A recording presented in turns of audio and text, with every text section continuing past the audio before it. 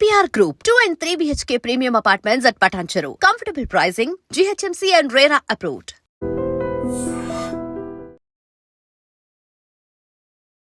స్వాభిమానానికి ఒక గుర్తుగా ఒక పర్వంగా సెలబ్రేట్ చేసుకుంటూ అంత పెద్ద ఎత్తున ఉత్సవాలు జరపాలా? దాని బదులు ఇంకా వేరే టెంపుల్సో లేకపోతే దాని బదులు ఇంకా మనకు కావాల్సినటువంటి దేశం గురించో ప్రజల గురించో ఆలోచించవచ్చు కదా. అంటే చరిత్రలో జరిగినటువంటి డిస్ట్రక్షన్. ఇప్పుడు మనం ఎన్నుకుంటున్నాం, ఎన్నికలు వస్తున్నాయి, మన ప్రభుత్వాన్ని మన కోసమే అనేటువంటి పాలన అనేది జరుగుతుంది. ఇంతకాలం జరగలేదంటారా? అది ఇప్పుడు కూడా జరగట్లేదు. సరే, మన్మోహన్ సింగ్ 10 సంవత్సరాలు పరిపాలించాడా? కానీ ఇప్పుడు జరుగుతున్నటువంటి ప్రధానమంత్రి నరేంద్ర మోదీ వచ్చిన తర్వాత హిందూ మతానికి, హిందూ ధర్మం పేరుతో ఎక్కువగా కార్యక్రమాలు చేస్తున్నారు. అందులో టెంపుల్స్ పరిరక్షణ కావచ్చు, టెంపుల్ కన్స్ట్రక్షన్ కావచ్చు, ఎక్కువ ఫోకస్ అంతా దీని మీదే ఉంది అనే మాట కాదంట. ఇది మత నిరపేక్ష రాజ్యం కావచ్చు, కానీ ధర్మ నిరపేక్ష రాజ్యం కాదు. మా నెహ్రూ ఏనాడు కూడా హిందువులకు చేసింది ఏమీ లేదు. కాంగ్రెస్ కూడా నేను చెప్తున్నాను.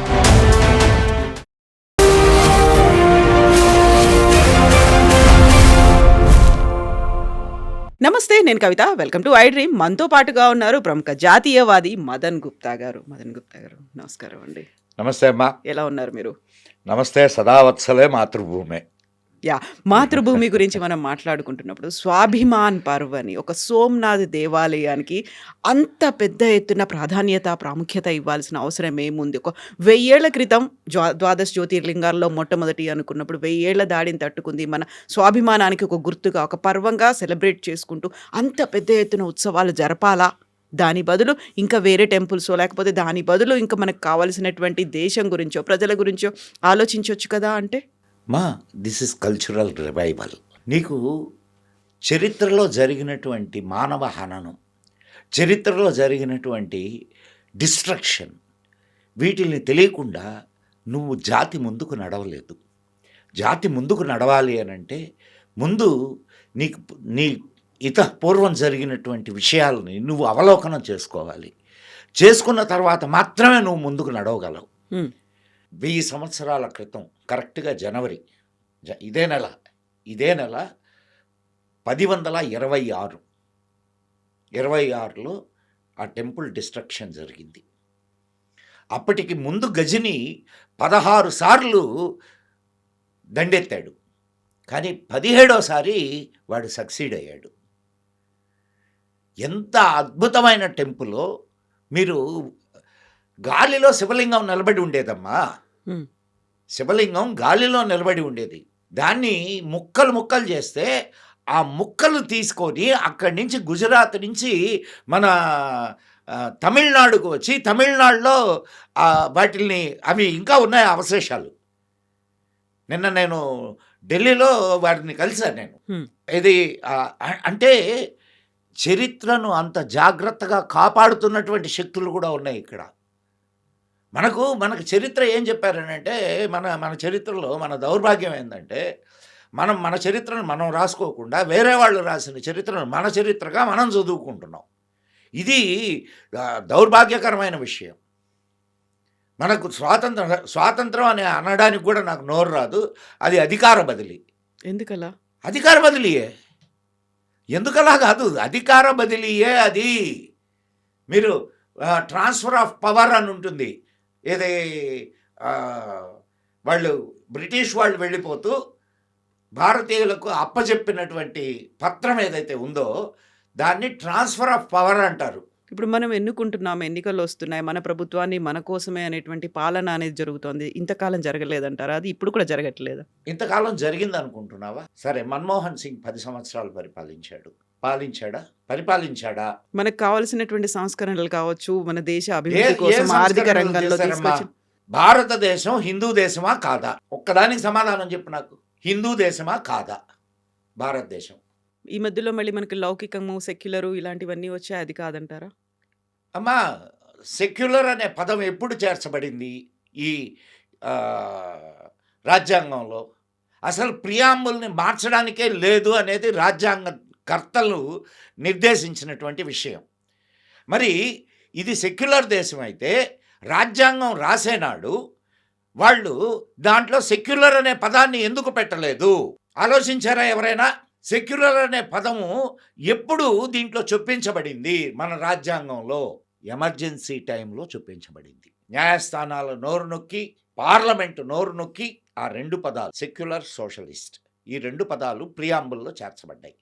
ప్రియాంబుల్ మార్చడానికే లేదనేది రాజ్యాంగం చెప్తుంది. అంటే ఇప్పుడు నువ్వు దొంగ సెక్యులరిజమేనా కాదా ఇది? అవునా కాదమ్మా? అండ్ రైట్, పోనీ హిందువు ఎప్పుడు సెక్యులరేనమ్మా.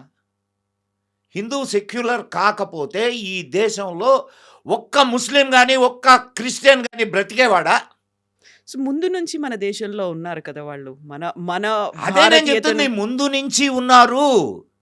ముందు నుంచి హిందూ ఈ సెక్యులరిజము ఇవన్నీ లేనప్పుడు కూడా ఉన్నారు వాళ్ళు. అవునా కాదా? హ్మ్. వాళ్ళని బ్రతకనిచ్చారా లేదా హిందువులు? ఇక్కడ వాళ్ళు మసీదులు కట్టుకోవడానికి అవకాశం ఇచ్చారా? ఇచ్చారా లేదమ్మా? ఉంది. ఆ? మరి సెక్యులర్లా కాదా హిందువులు? హిందువే ఫెనటిక్ అయితే ఒక్క ముస్లిం ఉండడు, ఒక్క క్రిస్టియన్ ఉండడు ఈ దేశంలో. హ్మ్. అవునా కదా? సో హిందువుకి ప్రత్యేకంగా సెక్యులరిజం బోధించాల్సిన పని లేదు. కానీ ఈనాడు ఆ సెక్యులరిజం అనే పేరుతో హిందువుల నోళ్లు నొక్కుతున్నారు, హిందువుల గొంతులు బిసుకుతున్నారు. భారతదేశంలో తన దేశంలో తాను 2వ తరగతి పౌరుడిగా తయారయ్యాడు హిందువు. కానీ ఇప్పుడు జరుగుతున్నటువంటి ప్రధానమంత్రి నరేంద్ర మోదీ వచ్చిన తర్వాత హిందూ మతానికి, హిందూ ధర్మం పేరుతో ఎక్కువగా కార్యక్రమాలు చేస్తున్నారు. అందులో టెంపుల్స్ పరిరక్షణ కావచ్చు, టెంపుల్ కన్స్ట్రక్షన్ కావచ్చు, ఎక్కువ ఫోకస్ అంతా దీని మీదే ఉంది అనే మాట కాదంట. తప్పే ఉన్నది. This is your culture. Here the majority peoples are Hindus. కాదా? హిందువులు కాదా ఇక్కడ మెజారిటీ? అవును. మరి మెజారిటీ పీపుల్ అనుసరిస్తున్నటువంటి మతము అనడం లేదు, ధర్మము. ధర్మానికి ఎవడు కాపు కాయాలి? ఇది మత నిరపేక్ష రాజ్యం కావచ్చు, కానీ ధర్మ నిరపేక్ష రాజ్యం కాదు. Please note this point. మత నిరపేక్ష రాజ్యం అంటే religious, this is not religious state, this is ధర్మ స్టేట్. ధర్మము అనేది లేకపోతే ఏ దేశము నిలబడదు. ఇది బాగా ఆలోచించండి. ధర్మానికి మతానికి ఉన్నటువంటి తేడా అది. అయోధ్యలో రామాలయ నిర్మాణం కావచ్చు, ఉజ్జయిని మహాకాల్ మళ్ళీ దాన్ని రెనోవేట్ చేయడం కావచ్చు, సోమనాథ్ మందిరం కావచ్చు, వీటన్నిటినీ హిందూ ధార్మిక సంస్థలుగా చూస్తున్నారా, లేకుంటే హిందూ మతానికి సంబంధించినటువంటి ఒక ఆలయాల పునరుద్ధరణ? అవి నీ ధర్మానికి ప్రతీకలు. అమ్మా, ఇక్కడ నువ్వేమనుకుంటున్నావు అంటే ఒక టెంపుల్ అని అంటే ఒక దేవుణ్ణి అక్కడ పెట్టి అందరూ పూజ చేస్తున్నారు. That is not temple. Temple has very big radius. Temples ఈ దేశంలో పోషించినటువంటి పాత్ర అంతా ఇంత కాదమ్మా. ఒక టెంపుల్ ఊరినంతా కట్టి ఉంచుద్ది. మీ స్వగ్రామం ఏది? వరంగల్, గూడూరు. గూడూరు కదా. గూడూరులో టెంపుల్ ఉందా? ఉంది. శివాలయం టెంపుల్ ఉంది. ఉంది? శివాలయం ఉంది. శివాలయాన్ని ఎవరెవరు మెయింటైన్ చేసేవారు? మీ నాన్నగారిని అడుగు, నువ్వు కాదు. నీ ఏజ్ వచ్చేసరికి అన్నీ మారిపోయి హారతైపోయినాయి. మీ నాన్నగారిని అడుగు. అక్కడ స్వామికి నైవేద్యం పెట్టడానికి కుండలు ఒకరు తయారు చేసేవారు. గుడిని శుభ్రం చేయడానికి ఒక కులం వాళ్ళు చేసేవాళ్ళు. లోపల అర్చన ఒక కులం వాళ్ళు చేసేవాళ్ళు. దానికి కావలసినటువంటి దేవుణ్ణి మోసేటటువంటి కులం ఒకటి ఉండేది. ఇట్లా అన్ని కులాలు కలిసి అక్కడ దేవుణ్ణి సేవించేవాళ్ళు. సో దీనివల్ల నీకేమర్థమవుతుంది? సో విలేజ్ ఇంటెగ్రిటీని సాధించిందా లేదా అది? ఈరోజు మనం తిరుపతిని తీసుకుందాం. తిరుపతికి ఎక్కడి నుంచి వస్తారు? దేశ విదేశాల నుంచి వస్తారు. దేశ విదేశాల నుంచి వస్తారు. నీ దేశంలో ఉన్నటువంటి అన్ని స్టేట్ల నుంచి వస్తారు. సో నేషనల్ ఇంటిగ్రిటీ అక్కడ ఉన్నదా లేదా? అదొక్కటే కాదమ్మా, ఒక న్యాయ వ్యవస్థ అది. స్వామి ముందు కూర్చొని, స్వామి ముందు మండపంలో న్యాయాలు చెప్పేవాళ్ళు. అవును. ఇప్పటికీ కూడా చిత్తూరులో అది అవుతోంది. కాణిపాక వరసిద్ధి వినాయకుడే. అది సాక్ష్యం తీసుకుంటారు. కానీ ఇక్కడ న్యాయం చెప్పేవాళ్ళు. ఇక్కడ నీ కల్చర్కి సంబంధించినటువంటి అన్ని విషయాలు టెంపుల్తో కనెక్ట్ అయి ఉండేవి. అదొక్కటే కాదు, ఒక ఆర్థిక వ్యవస్థ. Temple economy is not a small economy. ఒక టెంపుల్ కొంచెం ప్రసిద్ధి చెందితే ఆ చుట్టుపక్కల గ్రామాలన్నీ కూడా సమృద్ధిగా ఉండేవి. ఎందుకు? ఆ చుట్టుపక్కల గ్రామాలు అక్కడ ఏదైనా ప్రోగ్రాం జరిగిందనుకోండి, ఏదే టెంపుల్లో, ఆ చుట్టుపక్కల గ్రామాల్లో ఉండేటటువంటి ఉత్పత్తిదారులందరూ తీసుకొని వచ్చి అక్కడ ఉత్పత్తుల్ని అమ్ముకునేవాళ్ళు. అవునా కాదా? మేము ఈనాటికి చూస్తాం. నేను ఐఎమ్ ఫ్రమ్ నెల్లూరు డిస్ట్రిక్ట్, కావలి. నెల్లూరు మా తాతగారి ఊరు. మా బజార్లోనే రంగనాయకుల స్వామి దేవాలయం. తిరునాళ్ళప్పుడు ఎన్ని అంగళ్ళు ఉంటాయి అక్కడ. స్వామి రథాన్ని లాగడానికి కుల మతాలు భేదాలు ఏమన్నా ఉంటాయా అక్కడ? అందరూ లాగుతారు. మరి ఇంటెగ్రిటీని సాధించినట్లా? కాబట్టి temple is a very prominent role played, very prominent role in Indian culture.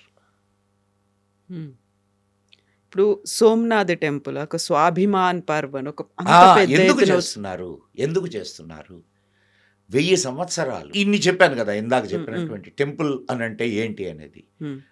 దండయాత్రలు కావచ్చు, ఇవన్నీ టెంపుల్ అంటే ఏందో అనేది నీకు అర్థమైంది కదా.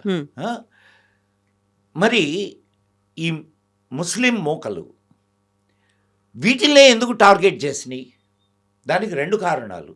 ఒకటి కల్చర్ని డెస్ట్రాయ్ చేయడం, 2 ధనాన్ని దోచుకోవడం. దోపిడీదారులు వాళ్ళు దోపిడీకి వచ్చినటువంటి వాళ్ళు.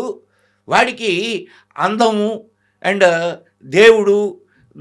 ఇప్పుడు ఒక ఆలయం ఎంత అద్భుతమైనటువంటి శిల్ప ప్రకృతితో ఉంటుంది, అవన్నీ వాడికి అవసరంలే. వాడు ఇక్కడ ఉండే కల్చర్ని డెస్ట్రాయ్ చేయాలా, ఇక్కడ ఉన్నటువంటి ధనాన్ని దోచుకోవాలా.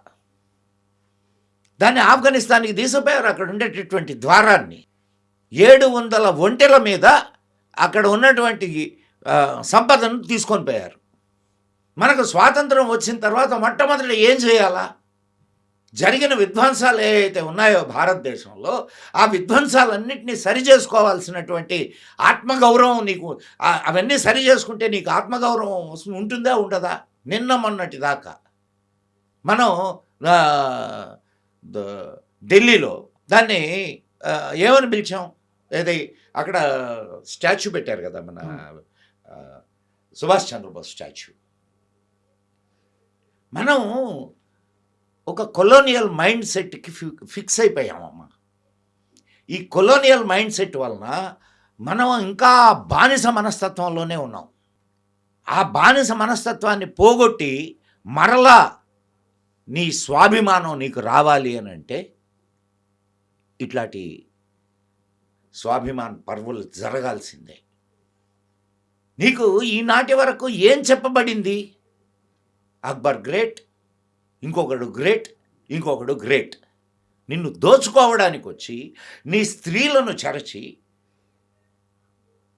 1000 సంవత్సరాల కాలంలో ఎంతమంది చంపబడ్డారో తెలుసా నీకు? 1000 సంవత్సరాలు కాదు, కానీ 8 కోట్ల మంది హిందువులు చంపబడ్డారు. ప్రపంచంలో ఎవడైనా దీని గురించి ఆలోచిస్తున్నాడా, మాట్లాడుతున్నాడా? 8 కోట్ల మంది హిందువులు. హిందూ కుష్ పర్వతాలు అని అంటారు. హిందూ కుష్ అంటే హిందువులు ఆనందంగా జీవించే పర్వతం కాదు. కుష్ అంటే చంపడం. హిందువుల రక్తంతో తడిసినటువంటి పర్వతాలు అవి. పైనుంచి కింది దాకా ధారాళంగా పారింది అని అటువంటి మానవ హననం జరిగింది ఇక్కడ. కానీ అవన్నీ కప్పిపెట్టారు. కప్పిపెట్టి మనల్ని దోచుకోవడానికి వచ్చినటువంటి వాళ్ళని హీరోలను చేశారు. రోమిలా థాపర్ కానివ్వండి, ఇర్ఫాన్ హబీబ్ కానివ్వండి. అసలు మనకు స్వాతంత్రం వచ్చిన తర్వాత మొట్టమొదటి విద్యాశాఖ మంత్రి ఎవడు? మౌలానా అబుల్ కలాం ఆజాద్. ఎవడతను? Who is Maulana Abul Kalam Azad? He is an Iranian. He is not at all Indian born. అసలు భారతదేశానికి స్వాతంత్రం ఏ పేరు మీద వచ్చింది? సోమనాథ దేవాలయం మనకు స్వాతంత్రం వచ్చిన తర్వాత కట్టుకోవడానికి ఎన్ని అడ్డంకులు కల్పించాడు నెహ్రూ మహానుభావుడు. నవానగర్ రాజా జామ్ సాహెబ్ ఆయన మున్షి అండ్ మన పటేల్జీ వీళ్ళందరూ ఒక కమిటీగా ఏర్పడి దాన్ని పునరుద్ధరించాలి అనుకున్నాడు. అనుకుంటే నెహ్రూ దానికి అడ్డుపడ్డాడు.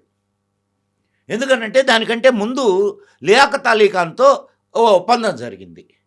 1951లో దీని నిర్మాణం ఇవన్నీ జరిగినాయి. దానికి ముందు లియాఖత్ అలీ ఖాన్తో ఒప్పందం జరిగింది.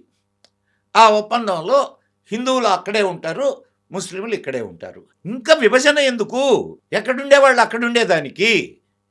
అందుకే అంబేద్కర్ మహాశయుడు చాలా గొప్పగా చెప్పాడు, ఆఖరి ముస్లిం భారతదేశం వదిలేంత వరకు, ఆఖరి హిందువు భారతదేశానికి వచ్చేంత వరకు విభజన పూర్తయినట్టు కాదని.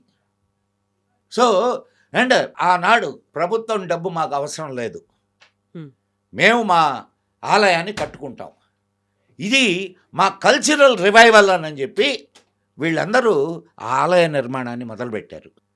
నిన్న ఎలాగైతే రామజన్మభూమికి ప్రభుత్వం నుంచి ఏమీ ఆశించకుండా డబ్బులు తీర్థక్షేత్ర ట్రస్ట్ ఒకటే ఏర్పడి డబ్బులు ఎట్లయితే ఇచ్చేసినాయో అట్లనే చేశారు ఆనాడు కూడా.